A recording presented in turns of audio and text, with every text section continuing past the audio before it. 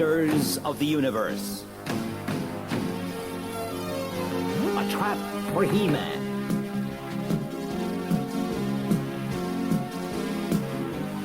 The twin moons of planet Eternia shone brightly over the weird peaks of the Mystic Mountain. On the summit of a mighty crag stood Skeletor, Lord of Destruction. Below, in the eternal darkness of the Valley of Osgore, a swarm of his slaves, the Shadow Men, toiled to heave a giant crystal of mentalite onto a flat rock. The Shadow Men scurried away as their evil lord stood in their midst and pointed his energy blade at the crystal. Now, He-Man, He exclaimed in triumph. I shall prepare a trap for you from which there will be no escape. Your strength may be that of 10 men, but I have at my command 100 times 10 of the Shadow People. In the endless night of Osgore, you will be as a blind man, and they will bear you down to your destruction. Skeletor's eyes glowed as he prepared to release his pent-up thought energy. A blinding bolt shot from Skeletor's energy blade, making the mentalite blaze with inner power. He aimed his thoughts at the crystal, which took them and set them speeding faster than light across the sleeping planet to Castle Grayskull. There, Teela, the warrior goddess, lay deep in sleep. As Eternia's red sun rose, Teela woke up. It was barely daybreak, but someone was calling her. There was no sound, but clearly in her mind rang the words, Teela, it is I, He-Man, who summons you. He-Man, most powerful of the Masters of the Universe, only summoned his companions in arms in times of great peril. Ordering her servants to make her horse ready, Teela seized Cobra, the power scepter, which was both energy weapon and the means of her power over animals. Within moments, she was galloping across the drawbridge in answer to the summons. Generating a video lens with his energy blade, Skeletor watched as Teela's horse bore her swiftly across the land. When she discovers that it was not He-Man, but I who summoned her, it will be too late. And she is the bait to lure that muscle-bound meddler into my trap. Teela was fast approaching a rocky outcrop when her horse shied, and Cobra glowed with pulsing light as it sensed danger. A vast shape, part lion, part reptile, rose above the rocks. Still clutching Cobra, Teela was flung to the ground by her frightened mount. Jumping to her feet, she faced the snarling monster. The eyes of Cobra glowed red, holding the monster's gaze. I know your kind, cried Teela. You are one of the Lyazard people. I mean you no harm. Go in peace. She lowered Cobra, and, released from the energy scepter's magical power, the Lyazard turned away and was swiftly lost to view. While the land dropped steeply down to the ocean of Gnarl, Teela reined in her horse. He-Man's message sounded from directly ahead, from the far shore. Would she have to make the long journey around? She scanned the beach. There was no craft of any sort. Holding Cobra aloft, she beamed out desperate thought waves. Help me, He-Man! Which way must I go? Then, a speck in the sky caught her attention. The speck grew bigger. It was Stratos, the winged warrior. I will bear you on your way, cried Stratos. A summons from the Lord He-Man to one is a summons to all. Teela dismounted and spoke to her horse. Return to Castle Grayskull. And as the horse wheeled and galloped obediently away, she wrapped her arms around the powerful body of Stratos and rose with him high into the morning sky. From a lone rocky islet, a sharp-eyed sea-dweller spotted the speeding Stratos and his fair passenger. Through the dim caverns of the sea world, his warning echoed. Master! Master! Enemies! From his inner grotto, Mer-Man, ocean warlord and servant of Skeletor, used aqua power to mind-scan the air and sky above. Stratos! Teela! He hissed. They will be mine, and I will win favor of the Lord Skeletor. Better, I will bargain with my Lord of Destruction for a share of his power in return for my prisoners.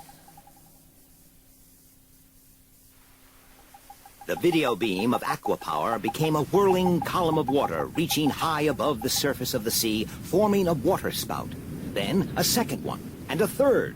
Soon half a dozen twisting columns of water reached to the clouds and the soaring Stratos. "Brace yourself!" he cried to Teela. "This is the evil work of Mer-Man!"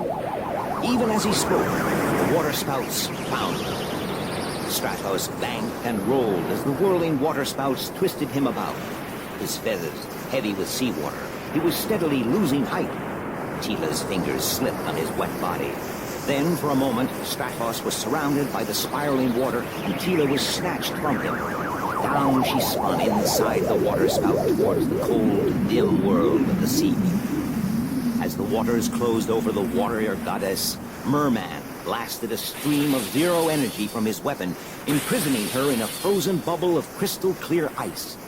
Quickly, she aimed Cobra at the ice, but the power scepter was made useless by the zero energy. She was weaponless. Your toy cannot help you now. Laughed Mer-Man. And my people are of the sea and care nothing for your magic scepter. Here you will stay to await the pleasure of my lord, Skeletor. Ignoring Mer-Man's mocking words, Teela gripped Cobra and brought all her mind energy to bear on the distress call of the Masters of the Universe. And slowly, the Cobra head began to glow. It grew brighter, as dimly, beyond the walls of her ice bubble prison, a dark shape loomed through the green darkness. Cobra flashed rapidly, and Teela felt her mind being probed by strange thought waves. A giant narwhal swam into view. Its small eyes gleamed, and its ivory tusk caught the faint undersea light. Teela picked up its thoughts. Who has imprisoned you? You who are of the air? Your master, Mer-Man. Replied Teela. No master of mine, that creeping sea slug. I too am of the air. I too have warm blood. Replied the narwhal. It backed off a short distance, then with a crash it shattered the ice with its tusk, and Teela was borne swiftly upwards on its back. By a lonely beach on the far shore, Teela bid farewell to the narwhal. Beyond the beach lay dense forest filled with the sounds of wild animals. Teela pushed through the undergrowth.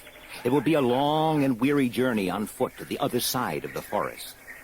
Cobra began to glow, and at the same moment, something big came crashing through the trees towards her. It was a giant stag, and it stood trembling before the bright glow of the red eyes of Cobra. You must carry me on your broad back swiftly to the Lord He-Man, said Teela, as the stag knelt for her to mount. In a moment, they were traveling faster than the wind through the forest. With a piercing shriek, a shaggy half-animal figure sprang in front, and the stag skidded to a halt. Beastman! Cried Teela, holding up Cobra. Beastman flinched and turned his eyes away from the pulsing scepter, at the same time sending his stun whip lashing out at Teela. Swerving to avoid the flailing whip, Teela put her heels to the stag. With a roar of rage, Beastman raised his weapon again, but a charge from Cobra bowled him off his feet as Teela urged her mount to even greater speed. The savage Beastman lumbered in pursuit for a few paces, then seizing a low branch, he swung himself into a tree and continued the chase through the treetops. Steadily, Teela drew away from her pursuer. But what was that ahead? Through the trees there was a glint of water. A lake over whose dark surface mists and vapors drifted, and in whose murky depths strange reptiles lurked. There was no way across. She would have to go around. Along the lake shore galloped Teela, while fierce eyes watched and clutching claws reached out from the water as she passed. Round the narrow end of the evil lake sped the stag and Teela. Not far behind, Beastman raced through the branches, swinging his great bulk from tree to tree, hand over hand on the tangle of creepers growing through the leaves. And there, across a narrow arm of the lake, he caught a glimpse of his quarry. The forest reached out far from the bank on both sides. Clutching a loose strand of vine, Beastman swung up and out over the lake. Teela glimpsed the flying figure and turned to aim an energy blast. The stag reared at the blaze of fire, and her aim went wide, missing Beastman, but striking a tree branch just as his clutching fingers closed around it. With a shriek of terror, he hurtled headlong into the water. Instantly, the water was aboil as the creatures of the lake swarmed. Lashing out with his fist from a broken tree branch, Beastman fought his way to the bank. Bruised and battered, he dragged himself clear of the water. Trembling with rage, he raised his great arms above his head and bellowed out his terrifying battle cry. The animals of the forest cowered at the awful sound, and the stag quickened its pace as the sound echoed through the trees behind.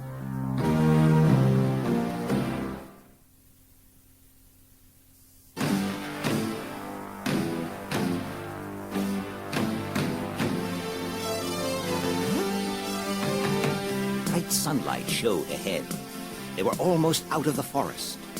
Once on the open plain, the stag could easily outstrip lumbering Beastman.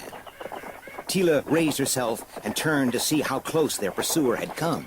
And in that moment, the stag lowered its head and ran beneath a low, overhanging tree branch. The branch caught Teela across the shoulders, and she was swept from her mount to land, stunned, on the ground, while the stag raced on its way in terror at the approach of Beastman. Beating his chest in triumph, Beastman picked up the unconscious warrior goddess and slung her across his shoulder. Then he set off to seek his lord, Skeletor, and claim a reward for such a valuable prize.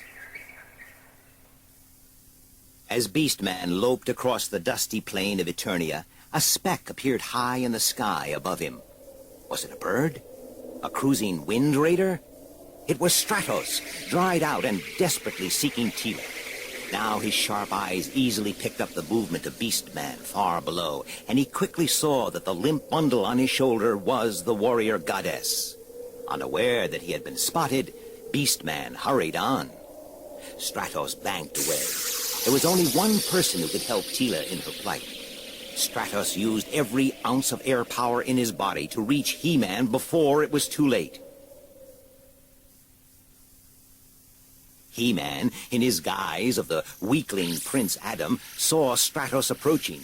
He raised his sword and cried, "By the power of Grayskull!" changing into He-Man even as he spoke.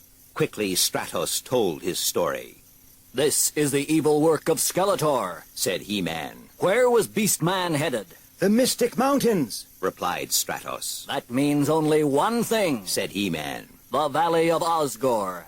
Superpower is useless in that place of eternal night and the fiendish shadow men. I will need cunning, and my faithful battle cat." Soon, astride the armored battle cat and carrying his battle axe and shield, He-Man was traveling swiftly across the rolling plains of Eternia towards the ragged peaks of the planet's high mountains and the smothering darkness of the Valley of Osgore. The sun was high in the sky when He-Man looked into the blackness of the grim chasm where Teela was held captive. In the deepest part of the Valley of Osgore, Skeletor stood before his prisoner, who was held helpless against the stone pillar by bands of pure energy. Welcome to the Dark Valley, Teela, warrior goddess. He sneered. Very soon, you may join me in welcoming our dear friend He-Man. It is too bad for him that he is all that stands between me and supreme power in the universe. Do not be so sure, Skeletor. Cried Teela defiantly. But I am sure, replied Skeletor. His may be the mightiest body in the universe, but mine is the mightiest brain. I have conceived a trap in which you are the bait. My slaves, the shadow people, are the jaws which will snap shut and crush him once and for all. A shadow man slithered out of the gloom and crouched low before Skeletor. My lord, the lookouts report the approach of your enemy. He-Man paused on the rim of the gorge. A winding track led down below the overhanging cliffs, which had kept out the light of day since the beginning of time. Once into that deadly shade, he was at the mercy of the Shadow Men. Their great strength was their ability to see in the dark. But so, like all of his tribe, could Battle Cat. Light meant agony to the Shadow Men, and this was their great weakness. It was with light that He-Man would defeat them. The sun had reached its highest point when He-Man unslung his battle shield. Holding it out, he caught the rays of the sun and sent them reflecting onto the rocks. Mounting Battle Cat, he urged the great beast down the narrow track, all the time holding the glittering metal shield to catch the sun, and sending a dazzling beam ahead of him into the murk of the deadly valley. He-Man's war mount picked its way quietly among the boulders strewing the path. But to the super-sensitive ears of the Shadow Men, the silent steps of the huge cat were adequate warning. At a gesture from Skeletor, they took up their positions. Gripping crude clubs, they ranged about the stone pillar. Others lined the bottom of the gorge on either side, while the remainder perched high up in dark ledges and crevices, ready to leap down upon their intended victim. Skeletor cast a glance around the final placing of his slaves. All seemed in readiness. Like stars in a black sky, the eyes of the Shadow Men gleamed in the darkness. The sounds of the approaching victim drew closer. Skeletor looked again. 2 larger, brighter stars shone out. A low, rumbling growl came from their direction.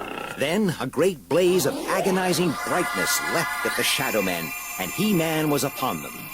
In the terrifying brightness of the sunlight reflected from He-Man's shield, the Shadow Men tumbled screaming from their hiding places among the rocks. Fighting each other in their desperation, they bore down upon Skeletor where he stood beside the captive Teela and the glowing mentalite crystal. Back, you cowardly reptiles! Screamed the Lord of Destruction. Perhaps this will help to put some fighting spirit into your miserable hearts! And raising his energy blade, Skeletor sent bolt after bolt of crackling power darting among them. But now, added to the pain of the dazzling light, came the screams of Battle Cat. Mighty paws slashing right and left, the great cat bounded to the attack. Hold on, Teela! Cried He-Man as the Shadow Men parted before him, leaving the prisoner unguarded. And you, Skeletor, prepare to meet your fate. Skeletor again raised his energy blade, but the scrambling Shadow Men jostled about him in panic, spoiling his aim. He stumbled and was instantly borne to the ground. He struggled to his feet in time to see the precious crystal of mentalite about to be swept from its flat rock, and with a supreme effort, he caught it as it fell. Teela and He-Man watched as the blinded Shadow Men blundered into their evil lord, who held the crystal above his head, out of reach of the struggling mob. Then, suddenly, it was knocked flying from his grasp to smash against the black rocks. In an instant, the pent-up energy in the crystal was released, sending a massive shockwave to the very roots of the Valley of Osgore. The overhanging cliffs split from top to bottom, and the sunlight blazed down. The rock pillar dissolved into fragments, setting Teela free. As the dust settled, the last Shadow Man had vanished. Mounted on Battle Cat, He-Man and Teela prepared to leave the ruins of the valley.